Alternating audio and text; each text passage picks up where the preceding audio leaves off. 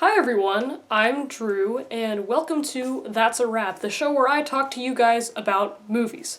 Now, this is the first episode of this new thing that I have, and this is going to be on Finding Dory, the latest installment in the Finding Nemo series, which is not really a series, I don't know why I called it that. But I'm going to do two sections to this episode. I'm going to do one with spoilers and one without spoilers. Now that's probably going to be the way every single episode of this show is going to go.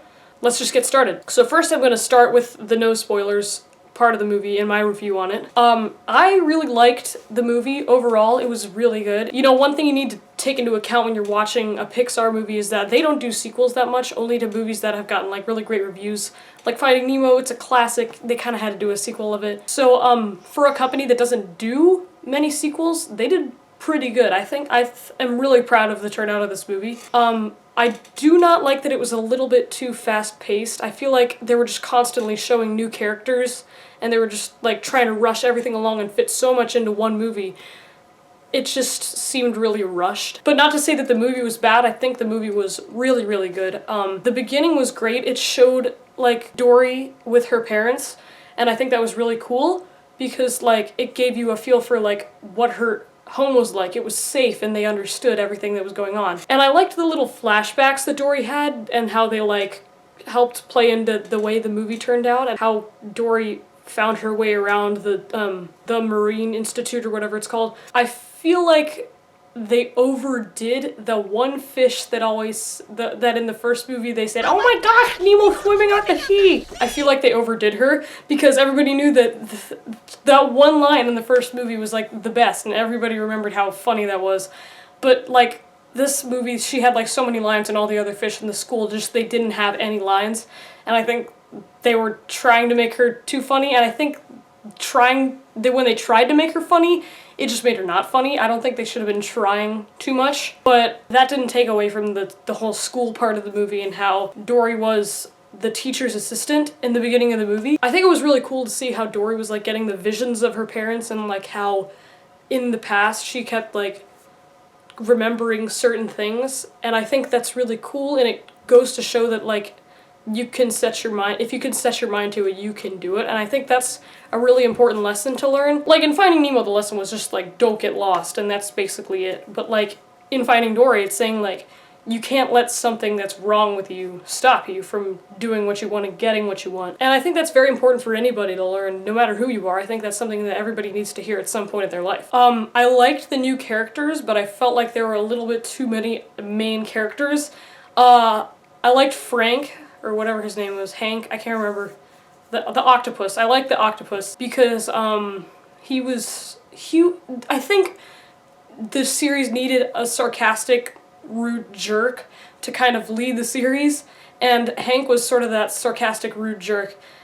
But he also had a change of heart. He wasn't a bad guy, obviously, but like I think he was the example of like the guy who is kind of a grump but can change because he's like been with these happy people for so long. Like I'm glad that they added some reality into the Disney movie because like usually Disney movies are just like always happy, but I think Hank was, or whatever his name was, I can't remember, the octopus. I think the octopus was a good addition. As for the whales, I think they were pretty cool. I mean, they didn't seem too necessary, except for like at the end, which I will talk about later. Bailey and I can't remember the other one's name. Destiny. Bailey and Destiny. That's what they were. They were cool. I liked that they actually spoke whale, like how Dory did in the first movie, where they talked like this. I don't really know what that meant, but like it was funny. I liked it. I really thought that Bailey was funny because like he kept saying like, "Oh, I know you're talking about me." That scene was funny.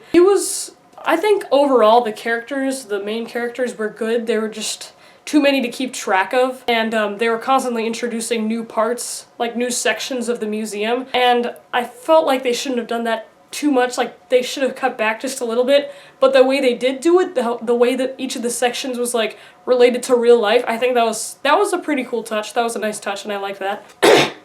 I need water. I liked that they added a lesbian couple in a part of the movie. I know that was a big thing when the trailer came out, that they were like, oh my gosh, Disney supports it and stuff. I don't think they should have showed that they supported it or were against it, because either way, if they came out and said, yo, we support it, or yo, we're against it, somebody would have gotten mad. Either one of the groups would have gotten mad. And I think it's good that they just added it in there as a little part of the movie, just to show that, you know, it's real, it's a real thing, but like, it's not like they're showing that they support it.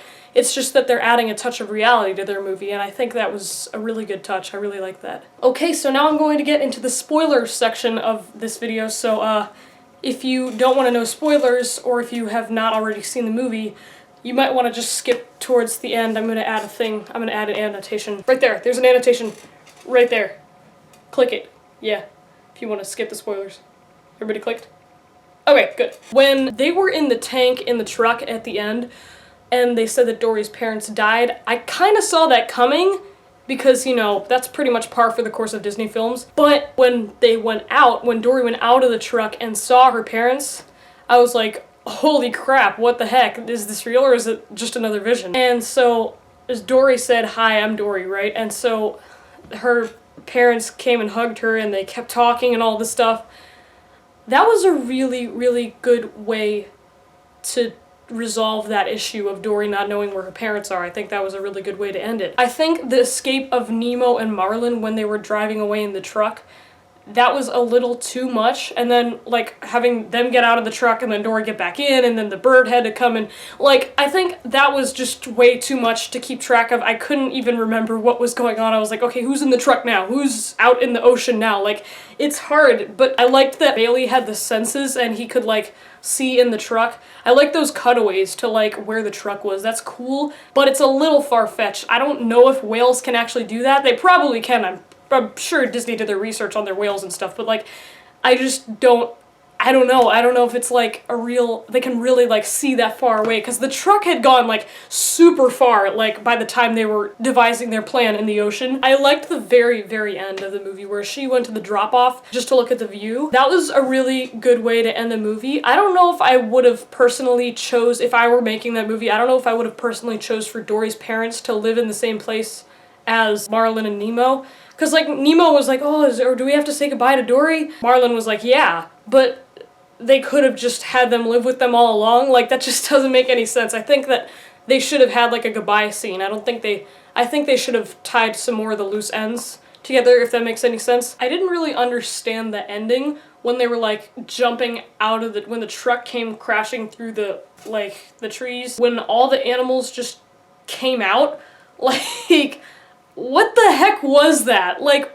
it was all slow motion. They played a freaking Louis Armstrong song, the What a Wonderful World. Like, what even was that? That made no sense. But it was still a good way to end. I just feel like when they all got, like, the octopus came down with the truck, right? The octopus, like, blocked them all off. The whale, Dory, her parents, Marlin and Nemo, and then the truck came down, and then that was just the end of that scene. That just, I think a cutaway from, I think cutting out of a part like that in a movie is not something you want to do. Like, that's an important scene. You gotta have some kind of closure when something like that happens. I think if you just, like, they're just saved and nobody says anything and then it just cuts away, like, what happened in between the two? What happened in between Dory getting out of the truck and then getting back to their school and back to their anemone or whatever it was? Like, how did they get home? That's, like, a whole chunk that's missing, and I think that's part of why the movie was so fast-paced, is because they were trying to cram so many events into one movie that they even had to leave some of the most important ones out. And I think that's just kind of what got me at the movie. I think that's kind of what made me like it just a little bit less. It was still a great movie. I really, really enjoyed it, but yeah, that's pretty much all I have to say. So, if I were to give this movie a rating, I would give it 8.5 out of 10 stars, because it was very good, but the pacing of the movie was what took it away from a 10 out of 10.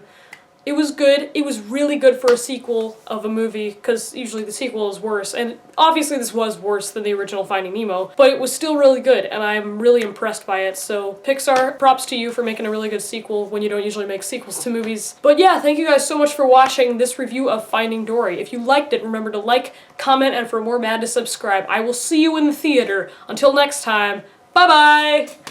Real quick before I let you guys go, I'm going to be continuing this series with more movies, so if there are any movies that are in the theaters that you guys want me to do an episode of this for, let me know. I will go to the theater, I will watch that movie, and I will review it for you guys. Thank you so much. I love you all. Bye-bye.